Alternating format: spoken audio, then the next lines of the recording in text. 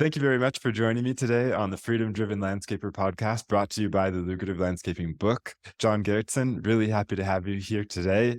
Would you please tell me a little bit about your business today and your journey building it so far? Sure. Today I'm more or less an absentee owner. In the office, usually a couple days a week. I do payroll, help with some marketing, and kind of coach the team. The team being the operations manager and the office manager. However, she's out today, so I'm in her place, kind of helping out. But it's not been an easy journey along the way. We're holding steady around the $1 million mark in revenue, all maintenance. Um, Really, it's kind of where I want to keep it because I'm mostly absentee and looking to possibly even open additional locations. But as most people start, it's a side hustle. So I started as a side hustle 2009 to help pay for childcare for my daughter. As most people are aware, childcare is not cheap. Back then, it was like $1,000 a month. It's probably more like $1,500 a month now per kid. Um, so I did retail management for many, many years. Got a master's in business administration, and being that it was a side hustle, it definitely made things difficult. I had a couple crews, and then in 2018, 2019 or so, I decided I was going to do this full time. And even with that, in the off season, we can't depend on snow all too much. Average 6 pushes a season on, and everybody wants to pay per push, it seems. So I would do warehouse jobs, DoorDash, do whatever I had to do in the winter. My wife, at that point, became breadwinner. So it was helpful that we had her insurance to lean on for medical purposes and then her income. And then I made just enough so we squeezed by, always paying myself as little as possible. Still to this day, pay myself as little as possible, but that's also because I bought another business this last year. So I pulled a lot of money out as a deposit for that business. But yeah, I mean, it's never a simple, easy path. But if you have certain mentors early on, I think you can really shorten the time frame of what I did things in. Um, because you just have to, I mean, if you charge enough, use the right equipment, understand ROI versus cost, and keep your service area relatively small, I think that will, all those things will speed up, getting to the point where you can just run crews or you can be partially or mostly absentee. Yeah, and so you had a few crews before you even went full time with the business. Is that what you were saying? Yeah, I mean, it was a couple, two, literally two. Mhm. Uh, but there's a little bit of story to.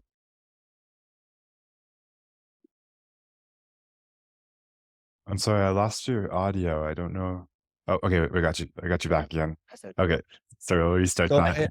yeah, I had a second crew to do work for vacant homes. This lady who was in charge of maintaining dozens of vacant homes, and that crew ended up dropping off.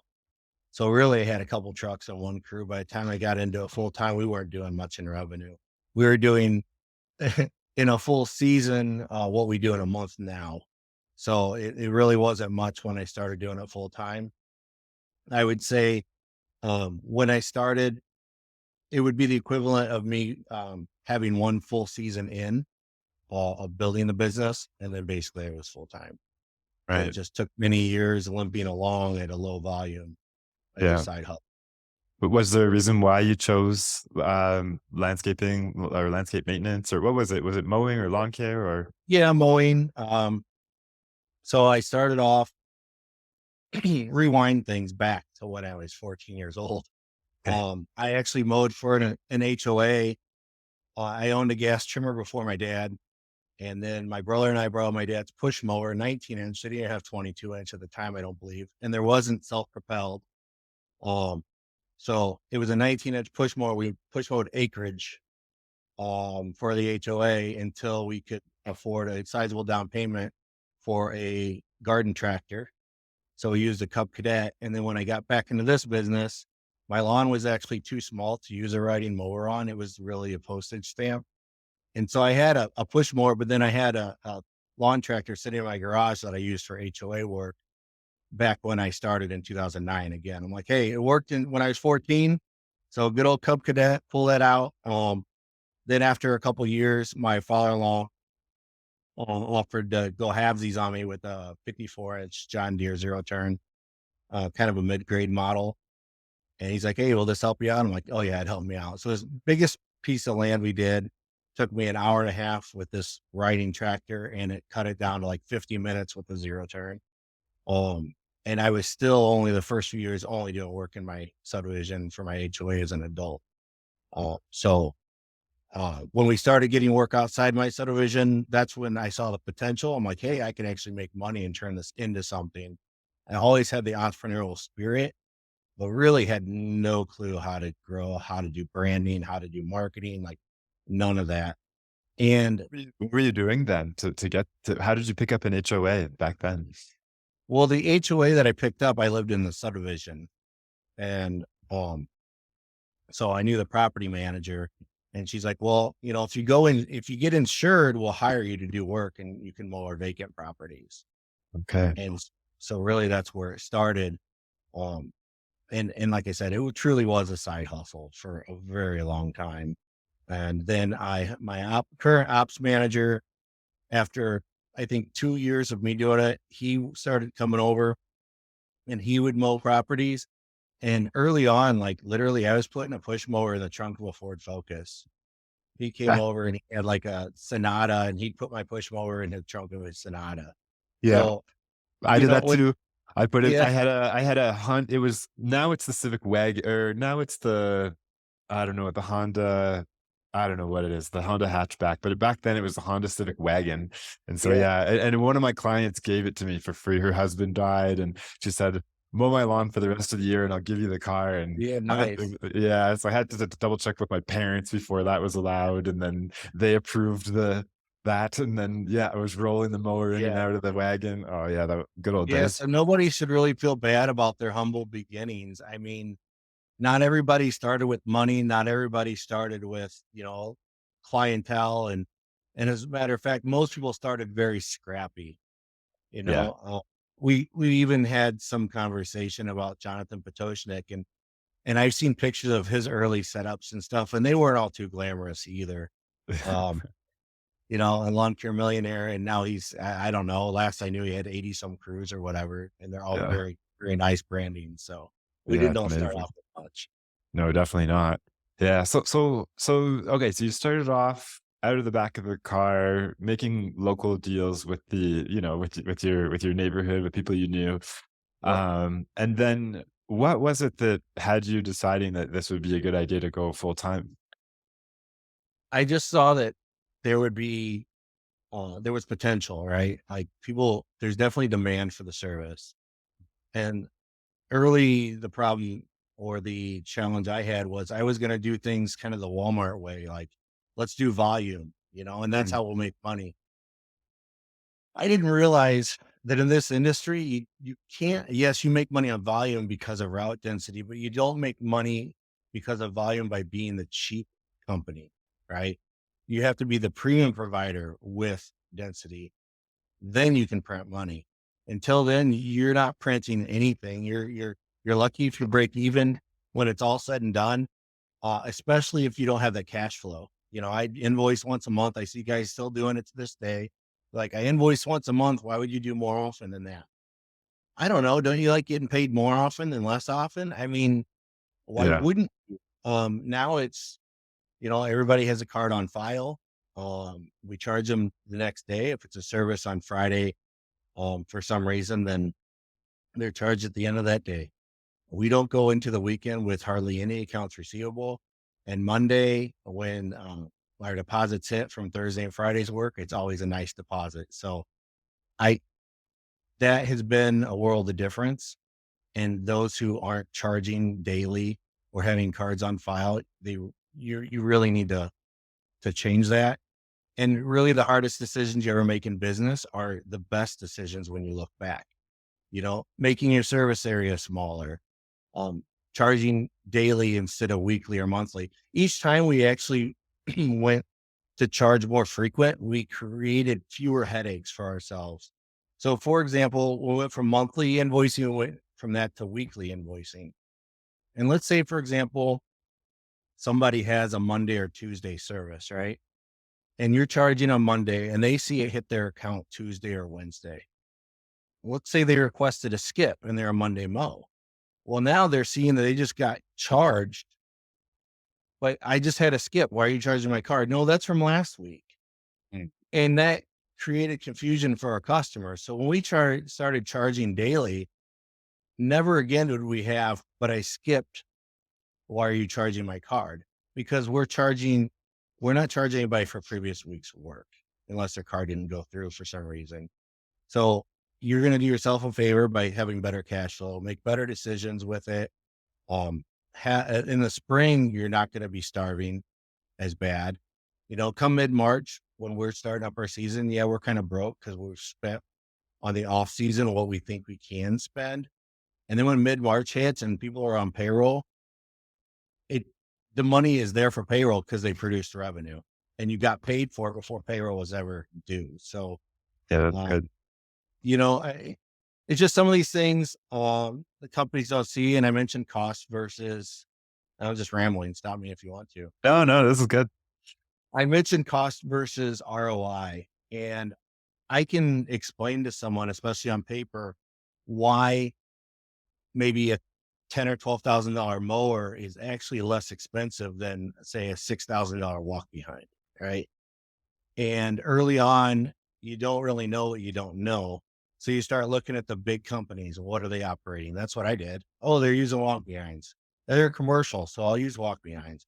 And then we went from that to mid-grade zero turns. After that John Deere I had, we went back to walk behinds, believe it or not, because now we're doing commercial, um, air quotes. And so then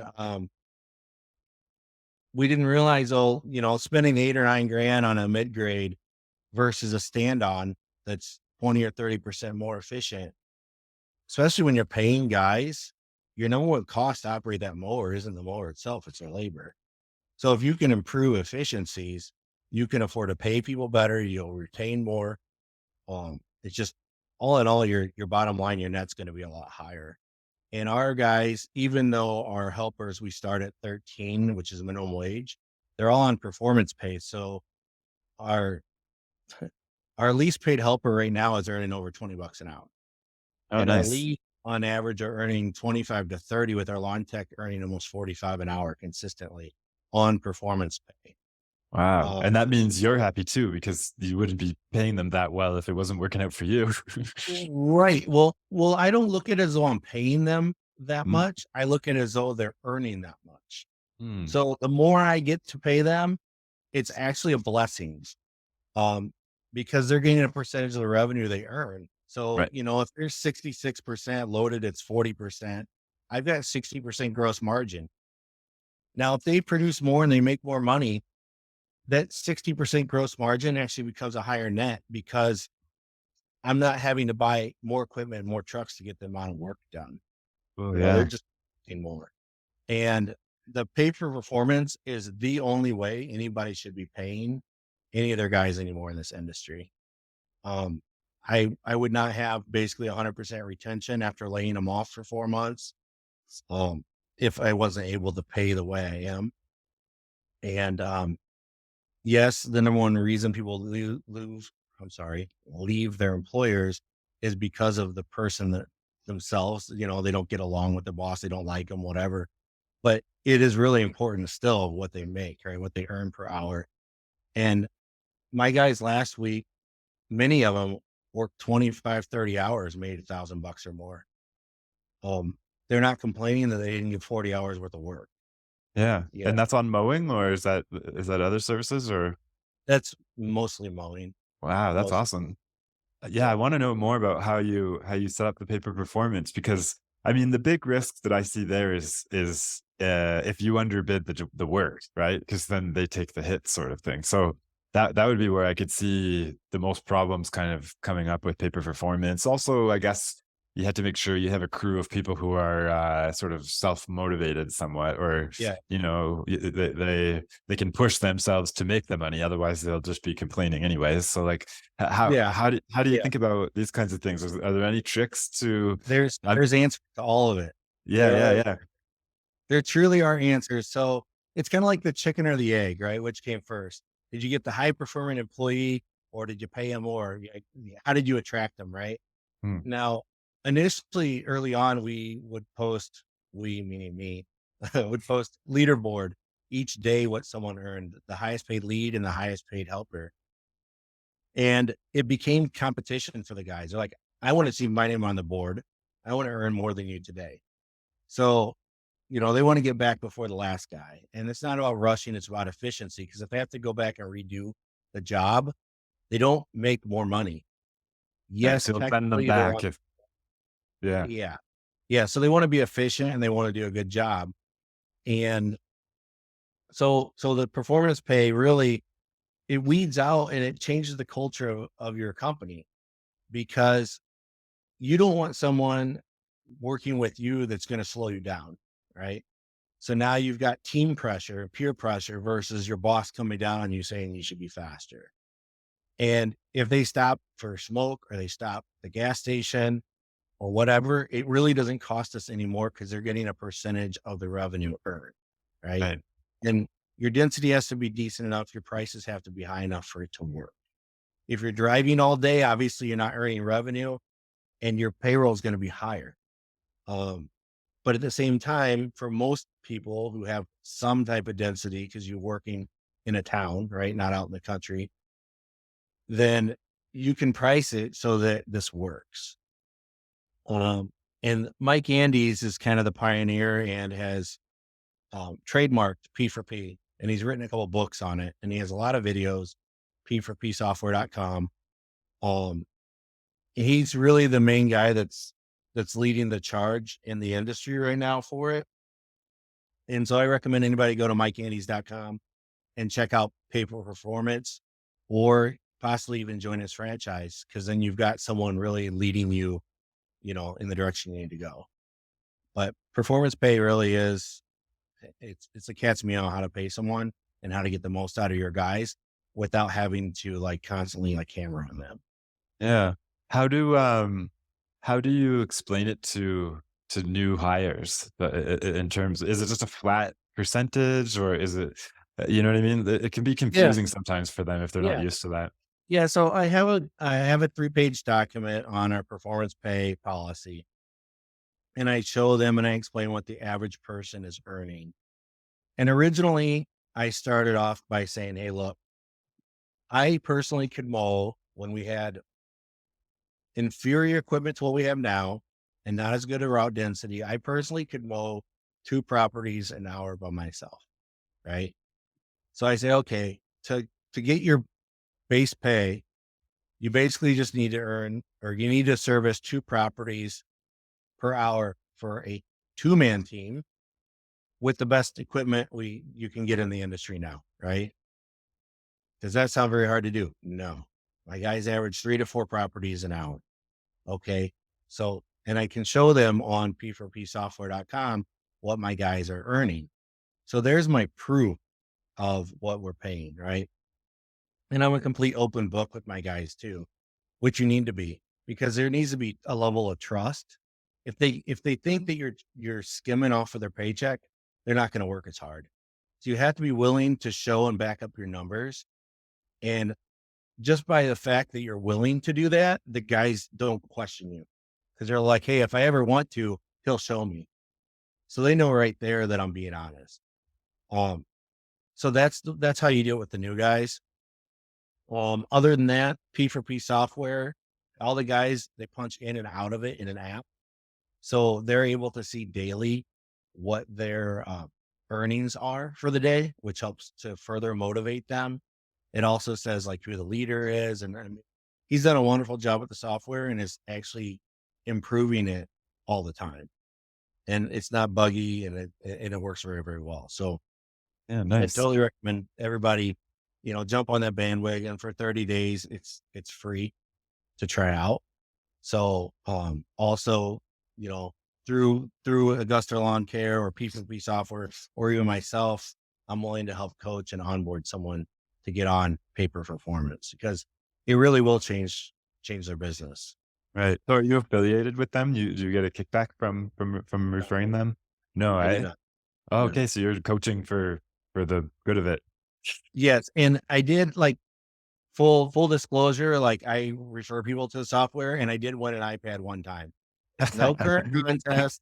I had most referrals, but it's basically through his Facebook group, Lawn Care Millionaires. Other than that, I'm not receiving anything. I pay $199 a month for the software. But my company will be joining the franchise. Oh, Um, nice. I see a lot of value in it, especially as an absentee owner and looking to open more locations. It's actually going to end up costing people more money not to join his franchise than it will be to operate on your own. I guarantee it in short order. That's the way he's going with it. Yeah, and that's because they handle a lot of the office work, or how's Well, that? they do. Yeah, they do have what they call command center, which will do back office support. Which currently I have Call Boss. They're wonderful as well. I just signed up for them again yesterday because of my with the attendance issues and medical issues with my uh, office manager currently. But um, Mike Andes and Augusta Lawn Care Services, they're looking. I think his plan is eventually with his Copilot software he just started is to open up some type of financial institution where you won't get charged above what they pay for processing credit cards. And that ends up being a lot of money as you grow. For me, this last month, it was $3,500 in credit card processing fees. So, I mean, if I could cut that down, even a third, then there you go. That pays for the franchise. Right. Wow, neat. Yeah. Huh. And when you say it pays for the franchise, that pays for the back office support of the software. No, That's no, not. no. It pays for the royalty. Oh, I see. Okay. There's a plant royalty. I mean, if you use Command Center, then obviously there's going to be additional fees for the amount of time they spend on the phone or do Oh, okay. email, whatever other back office support you have them do. But that also offers other opportunities. And now we're talking more about the franchise, his franchise than anything else. But it's another way to retain people too because they can open additional franchises at no charge. The initial sign-on fee, like 20 grand or so right now. Um, I, I think if it's 2 or 3 years you stay on with them at any location, you can open a franchise with no initial fee. Oh, okay, So nice. I Yeah. I can retain people that way too. I'd be like, look, if you stay with us, you can open your own business. And there's a Okay. whole support that I didn't initially have. So like I said, I see a lot of value in it. Yeah, neat. So, talking about, growth and acquiring and these kinds of things, how has your perspective on marketing changed over the years? It's coming from being super scrappy to now actually having some budget for that kind of stuff. Yeah. So in 2020, I purchased a local competitor that whose service area was basically 100% within my service area. So getting on Google on page one more time by keeping their website certainly helped. Being Google local listed, uh, also Google guaranteed. Um, and currently the only companies that are Google guaranteed with the Google local listing is our company, Xperia Green and True Green.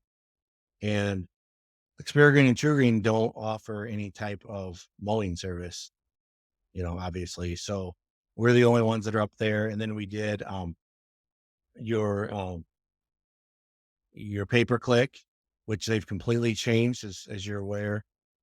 So that has kind of fallen to the wayside. But we, on average, we're showing up 5 to 6 times on page one of Google before. Now it's an unlimited scroll. It's not really pages of Google. But so we were on there 5 to 6 times.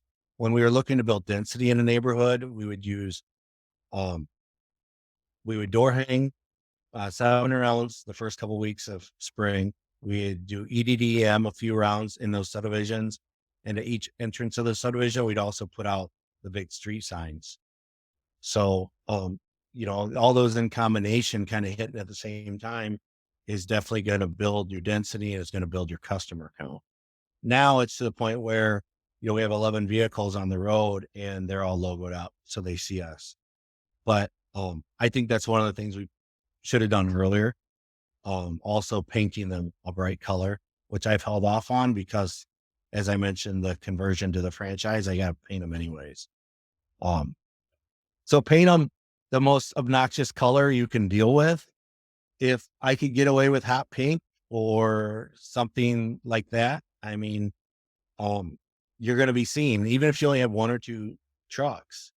If you do some obnoxious color, they're going to think you're everywhere and they're going to remember your vehicle. So, so do it. And, a lot of places you can do Mako, $500, $800. I don't know. Our Mako's $2,000. So, but that investment, next year, I'm actually looking at cutting out like pretty much all advertising and just going with just the trucks, like Yeah. the Potoshnik has done for years now, and seeing if we have some type of drop. Hmm. Uh, Interesting. Yeah. I think marketing on the way up there's a lot of good tests you can do, but I also think cutting back on marketing is another type of test. And we haven't spent a ton, but we've been averaging about 25,000 a year in marketing last couple of years.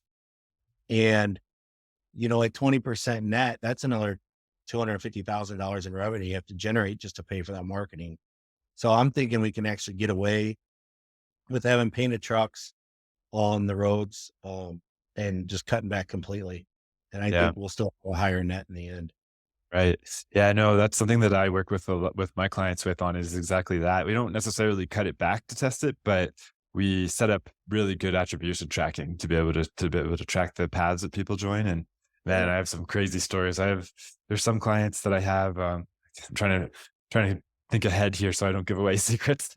But some clients I've worked with are spending more than $100,000 a year on marketing and growing Mhm. slower than other clients I work with who are spending a tiny fraction of that. And it's like, Right, why is right. that, and we dig into it, and we basically what we do is we chase down all the sales and track them back to their sources.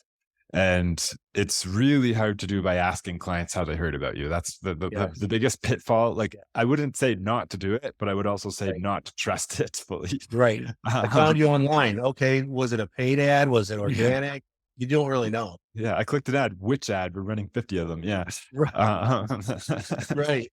yeah. Yeah, Which version of the copy, right? And so yeah, the more I dig into it, that whole adage, that old saying of like half our marketing's working, we're just not sure which half, like yeah, that's so real in this. And the weirdest thing that I've seen too there, well, not weird, I guess it's to be expected, but just since we're on it, I'll mention it. Most marketing companies are working very similar to how landscaping businesses work, where they're providing deliverables and they're selling hours, essentially. They're selling labor hours. So they don't have a performance motivator. They're not, if they're not getting paid on performance, like we just talked a bunch about, their right. main metric for success or failure is what's the quality of the deliverables we're giving. So we do X number of blog posts, we run the ads, you know, are the posts well written? Great. Are we getting more traffic to the site? Cool. That's all we're responsible for. And so like for example, one client I worked with recently, they have record organic traffic, Mm. huge amount of traffic. But then when we actually track down the sales back to their sources, we have a declining year over year total sales from organic traffic. Really? So on one hand, the graph is going up. On the other hand, the graph is going down. And it's like, and then you Yeah, talk to the marketing agency and they're like, we have the most traffic ever. Pat us on the back. Look how great we're doing. And then it's like, but wait a minute. Like, right. why aren't you tracking that to sales? And the reason why they're not tracking it to sales is, well, I won't say it out loud, but you can figure it out. And so the one thing that I would recommend everybody consider is is your marketing responsible for deliverables or are they responsible for sales? And then to take that a step further, I'm going to I'm going to go out on a limb and I'll assume that it's almost always deliverables because when was the last time anybody reported their profits back to their marketing agency? When Yeah. was the last time anybody gave their marketing agency access to the financial data? Right? So So it's well, they're never. afraid to. I think that they're like, well, if they think we're making a lot of money, they're going to charge us more. I mean, Yeah, it's fair. Yeah. But the funny, yeah, but unless they have a way to track the attribution, you because know, then there's no way they're going to charge more. So that's what I'm doing as I'm working with clients as a fractional CMO. Is we're coming in, we're setting up the attribution tracking, and we're going, great, great, blogs, traffic, wonderful. Okay, here's our cost of acquisition. How do we lower it? And what I'm seeing is agencies kind of going, that's not our job. And yeah, the weird thing is you have not you, but people have a million stories of marketing being trash, right?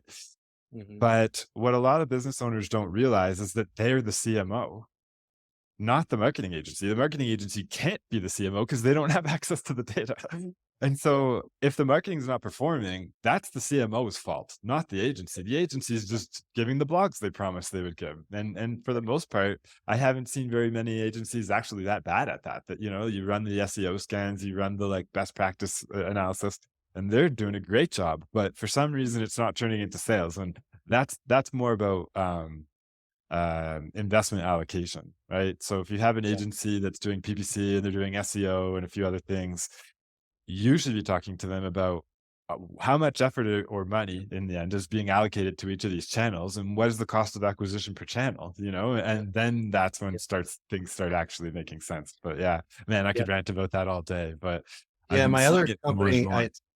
um, our marketing spend, I mean, it's a franchise, and my minimum marketing spend is $140,000 a year, which is mostly online and flyers.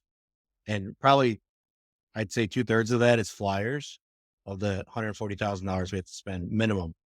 Then any offline marketing we do um, through vehicles or Angie's List. Well, that's not offline, but I'm saying off of their program.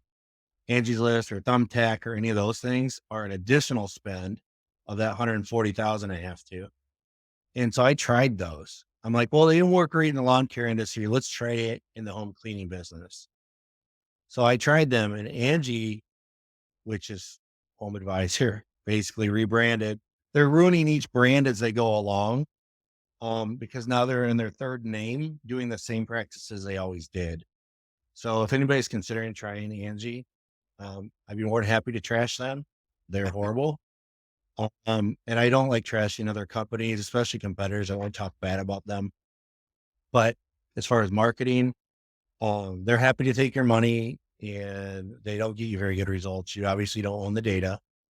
Thumbtack, recently tried them. I'm currently paused. We didn't get the results we were looking for. However, a much better company. They run ethically, much more sound than Angie does. I have never tried them in the lawn care business. Probably won't, but I would consider it if we were earlier on. But still, once again, it seemed like those channels, you're just getting tire kickers and people shopping the lowest price. Like it's like going to priceline.com and put in what data you want and boom, this is the lowest price out of all the competitors. So that's what customers are doing is they're shopping you that way and then you're not owning the data. Yeah. Well, luckily once you get them through at least Thumbtack, you have their name, address, phone number. You have those things so you can put them in your CRM. But I still found that our close rate and our appointment rates were really, really low through those other channels. So put, your focus into driving them to your CRM and your company versus putting money so they go elsewhere, you Yeah. know, No, because I all you're agree. doing is paying for their clicks, right?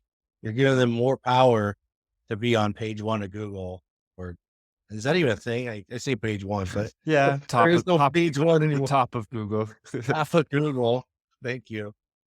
So all you're doing is giving these marketing companies, that power where you can Yeah. use it yourself and be much better off. Yeah, same with, like, owning your ad accounts and stuff like that. You always own them. You want to yeah. It's so valuable, that data. Even if the ads aren't working that well, being able to hand that off to another agency to run it for you, to be able to reverse engineer why they weren't working that well is so valuable compared to just starting with nothing. Yeah. It's interesting. I haven't found a better source for cost of acquisition than Google Ads yet, when optimized properly and when leveraging the AI bidding. Uh, Yeah. even compared to SEO, I mean, I guess it depends on how competitive your market is.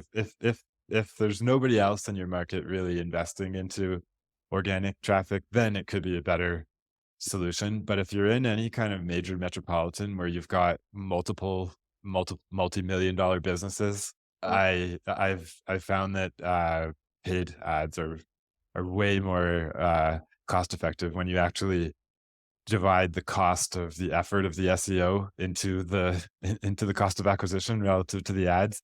It's so neat how targeted the ads can be now with the AI. The key that a lot of people don't realize with the AI stuff is the quality of the feedback that you give to the AI so that it can learn off of your data.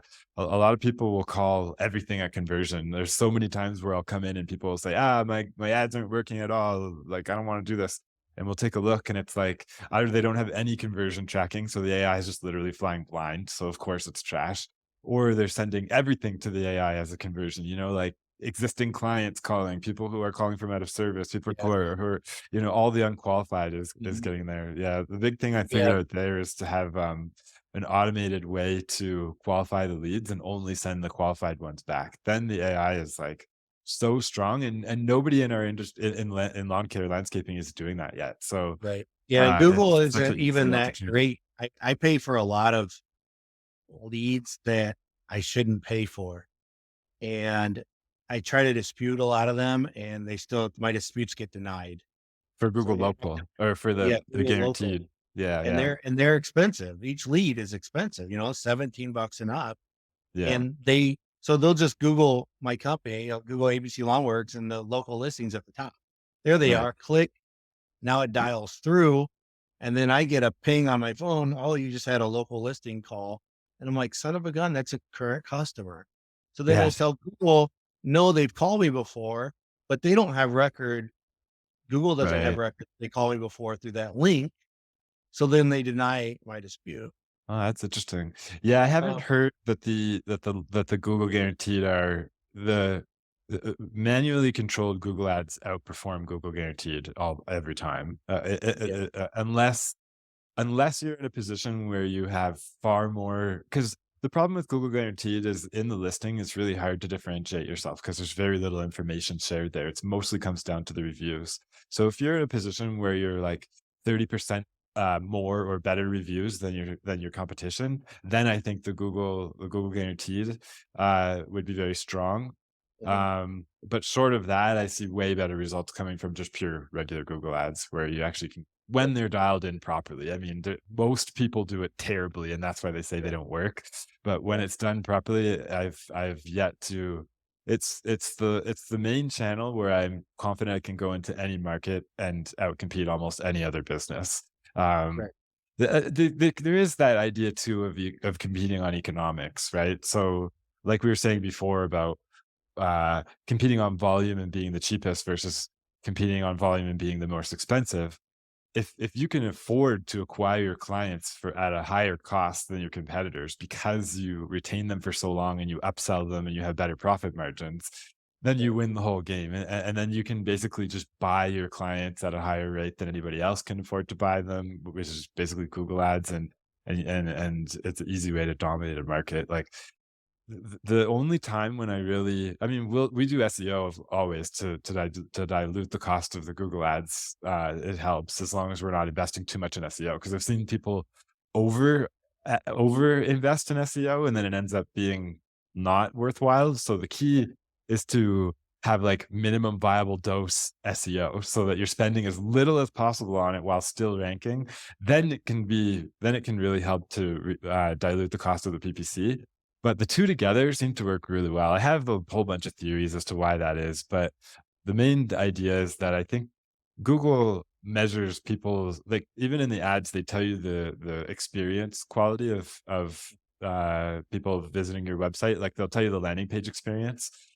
So they're watching to see how do people interact with your assets. And so my theory is that by paying for traffic to come to it, it's a way of forcing Google to see how nice of an experience it is. And then I think you get inadvertently, it's not a conspiracy, it's just a natural occurrence that you get more organic by driving the paid. Because every time we fix that up and we get the website converting at a really good rate, we'll convert at 10-20% on paid traffic. um, the SEO traffic just follows it naturally without Yep. even doing a lot of organic search. So yeah, there's some really neat strategies there today where um, I think what's cool about it is that nobody knows about it. And so it's so easy. And I guess there's a big barrier to entry on PPC. Like, I get it. Nobody trusts marketing companies, and I don't think they should. After speaking to enough of them, it's like I just had a call yesterday. One of my clients asked me, "Hey, can you check out this service and see if it's worthwhile that we look into it?" And so I got on a sales call with the guy, and it was just like it's like Bad. just such bullshit. Yeah, I can't explain it. Like, Yep. yeah, it's worse than that. It's like Yeah. he's saying, on one hand, he's saying, "Oh, this stuff's really hard to track." So, and then he's showing me like, but we're gonna we on average get like a 15 to 30% decrease on cost of acquisition. And it's like, if it's really hard to track, how are you telling me these How do you numbers? know Where are they that? coming from? They have these graphs that they're pumping through, and they're showing me all this stuff. No sources, no evidence of the graph being, as far as I could tell, somebody just said, "Yeah, that sounds about right. That'll stop." And I can't believe people Right. buy this stuff, because I started asking questions like, "So, if it's hard to measure, how are we gonna know if it's working or not?" And he's like trying to change the subject, and No. then he's and then, the other one was, he's asking me, "What would be a reasonable amount of time for you to see for your clients to see an ROI on this?" And I'm saying, "Well, why don't you just tell me how much time it takes? Like, why don't you let me decide if it's fast enough? Like, why are you asking me?" So, okay, fine. What would be a reasonable amount of time? I guess it's going to be relative to the amount of competition and the normal time it takes to rank something in Google, right? And he's just like, Yeah. yeah, okay. But if you look at this graph, it takes 12 to 24 months. So it's like, okay, so you're telling me to trust you for up to 2 years on something To that you see say it. is hard to track, to know if it, No. so like, I'm not even going to know from the sales call. You've already told me that I'm not going to know if it works or not. And you want me to No, buy you this? should know right away. Like anybody that hires someone to do their pay per click, like we had a company we hired a few years ago, did a great job, came highly recommended, and our stuff blew up. Mhm. Like that really helped drive a lot of leads and for a relative good price. They weren't charging us an arm and a leg like you hear some of the companies do. I think they're being very fair. But the work they did was good. Like it got results. But Yeah. I think also like what you alluded to, where you can go into a market and like be top rank really quick. I think home service industries, and especially those with a low barrier to entry, such as lawn care, I think most of the businesses, quite frankly, suck. Yeah. Like they don't follow through, they don't follow up, they have no systems in place for automations. They don't utilize the tools that are out there. They want to do some type of software that's free because they don't want to pay 50, 100, $200 a month to get something that's going to give them an ROI way more than what they're paying because everybody thinks about price, cost and not ROI. But the wealthiest people in this world think nothing but ROI and think nothing but 3 to 5 years. Where will this spend put me?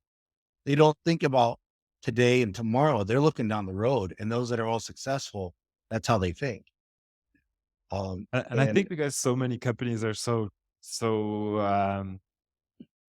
they lack accountability. And I think yeah, because they like it's like the downward circle of lack of accountability, right? So because they're not doing the best job, they're not asking for reviews, so they don't have any reviews, so that's hard to get yeah, the word out. right. And then they're afraid to ask for reviews because they're worried of what they're going to say. But because they don't ask, they don't know what to improve, and it's like this, like, You're right. this like circle of mediocrity. But then there's other companies that are like, you know what, I'm going to take responsibility for this. Uh, Maybe at first I'm going to get a bunch of complaints, but we're going to fix them, and I'm going to face the fire, and I'm going to make it right, and those guys, they just take right off. The Oh, clients notice it right away. Everybody is mhm. so refreshed by finally having somebody who's going to take responsibility. Like when I first started, I liked mowing and I avoided the lawn care stuff because I didn't know, I didn't know what made the lawn green other than in the rain, Right. Yeah. so I would avoid that responsibility. So somebody would like, I thought by I would just do mowing and I would do it really well, and like do one thing, do it well kind of thing. But what I was sort of accidentally doing was I was like avoiding the responsibility of the full job, right? Because they don't like the mowing is part of it, but like they want the lawn to look good and whatnot too, and they wanted it to be an easy experience and all that, not Right. just like part of it. They don't even care how the lawn looks; they just want to know what it's going to be like dealing with the guy in the backyard all the time, Right. right? But like when Yep. we actually started taking responsibility for the whole experience, which lo and behold includes the lawn care, right? Because they want to know what to do, even if we're not licensed, we could still tell them what to do. That was when, well, that was the beginning of this. I told the story many times, I won't repeat it here again, but like that was when we doubled our pricing one spring. Was we took full responsibility for everything. It was no longer mow, blow, and go. It was, we're here to like impress your neighbors. If you're not interested in that, you're probably not the best client for us. And we Right. doubled our pricing, cut the client base in about half, but we're making the same profits. And it was like, Right. okay, so here's Yep. that's how you do it. Yeah, we're not mowing lawns for free anymore. Or that was Right. the other thing, was the job costing, right? Like we didn't know that half of our clients were like subsidizing the other half of our clients. Right. Yeah, yeah. Yeah. I mean, that's the same with if you don't have cards on file either. Those that are paying are subsidizing those that aren't paying or that are paying slow. Right, yeah, man. Well, that 3% paid for itself for me just from the amount of jobs that we were just not collecting on, that we just forget to build them or whatever. Right. Oh my god, it was so bad. Yeah. Yeah. Yeah. Well, I'm seeing our time is running out. This has been really nice talking to you. We should maybe do a follow-up sometime. But, are there any last thoughts that you'd like to, it doesn't have to be world changing or anything, but any last ideas you'd like to share before we take off here?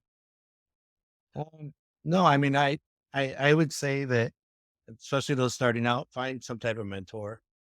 I've personally read your material and I purchased that in the past, which had some good things in it. Even things that are basic, I listened to them multiple times. Go to conferences, GIE. Mike Andes is doing his conference down there, starting that Sunday or Monday. Landscape Summit, that's been wonderful. Service Autopilot Conference. I mean, just be a student of the industry, right? Learn everything you can, and always do something to up your game. Be it better. Yeah, I wouldn't say equipment first for sure. You need the customers, but seek out those that are a step ahead of you or 10 steps ahead of you, and good things will happen for sure. Yeah. Well, thanks very much. I appreciate that. Thank you.